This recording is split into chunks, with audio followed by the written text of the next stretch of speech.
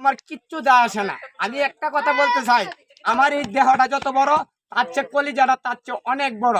সেটাই আমার শুরু করিতেছি মহান আল্লাহ পাকের নামের উপরে, যিনি পরম করুণাময় এবং অত্যন্ত দয়ালু।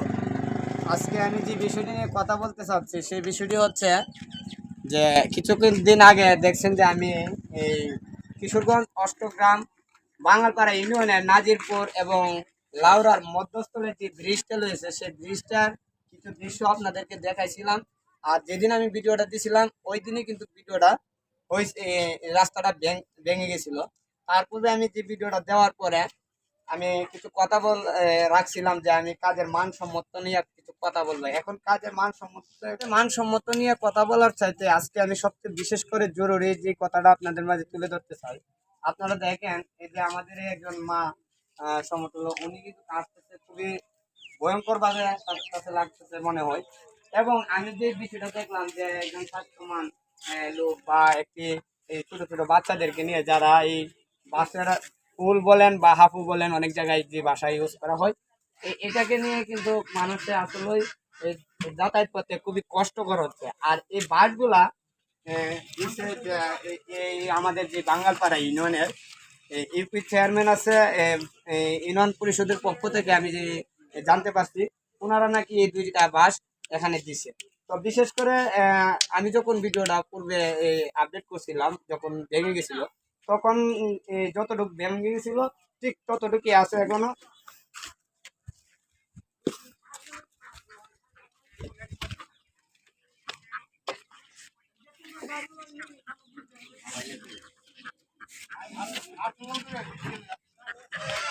তো বিশেষ করে যে কথাটা আমি বলতে চাচ্ছি যে এই জায়গাটা কিন্তু একেবারে বড় করে ফেলছিল আমি যেটা জানতে পারছি। আর এই কাজটা নিয়েছিল আমাদের অষ্টগ্রাম থানার যে একজন শাহিন ভাই, উনি আমার জানা মতো উনি একজন কন্ট্রাক্টর। তো উনি নাকি এই কাজটা তার হাতে নিয়েছিল। তো উনি কি ব্যক্তিগতভাবে নিচ্ছে নাকি উনি বাজেটের পরিপ্রেক্ষিতে এই কাজটা নিচ্ছে সেটাও আমি জানি না।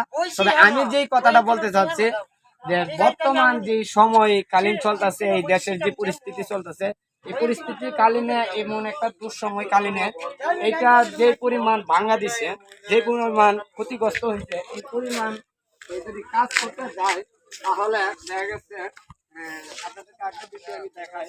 শুধু এদিকটা ভাঙে নাই, ভেঙে গেছে আপনার ওই যে এটার যে নিচের যে জায়গাটা এটা সম্পূর্ণরূপে ভেঙে গেছে। যদি এটাকে এই নিচ থেকে নিষ্কাশন না করে বা এটাকে যদি নিচ থেকে কাজটা সম্পন্ন না করে তাহলে কিন্তু এটা কখনোই পরিপূর্ণভাবে হবে না।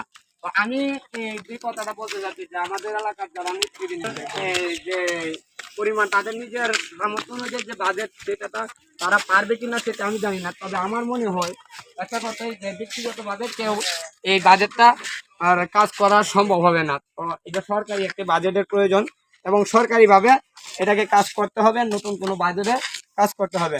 তবে তার আগে আমি একটি কথা বলতে চাই যে এই যে দুইটা বাস দেওয়া হয়েছে এই দুইটা বাসে কিন্তু যারা যাত্রীবাহী আছে তারা কিন্তু যেতে পারতেছে না। আসলে আপনারা মনে হয় ভিডিওতে এখন পর্যন্ত দেখতেছেন যে আসলে যাত্রীরা কিভাবে আসতেছে। তো আমি একটি কথা বলবো যে মানবতা আজকে কোথায় গিয়ে দাঁড়াইছে এই জিনিসটা আপনাদের কাছে তুলে ধরার জন্য আমি আজকে এই ভিডিওটা শুরু করতেছি। একটা কথাই যে এখানে এই এপি চেয়ারম্যান যে ইউনিয়ন পরিষদের থেকে আপনার এই দুটা বাড়তে হয়েছে, আমি তাদেরকে কোনো দায় দেবো না, আমি তাদেরকে কিন্তু বলবো না। আমি একটি কথাই বলবো যে এই দুইটা বাস দিয়ে অন্তত পক্ষে মানুষ যাতায়াত করতে পারতেছে না, খুবই কষ্ট হচ্ছে। তো আমি পরবর্তী স্টাপে কি নেব আমি সেই কথাটা আজকে প্রকাশ করতে চাই যে এই জায়গাটার মধ্যে এই দুইটা বাসের পরিবর্তনে ছোট করে হলো একটা এই ব্রিজ তৈরি করতে হবে, যে ভাসমান ব্রিজ, যে ব্রিজটা দিয়ে মানুষ অন্তত পক্ষে যেতে পারবে।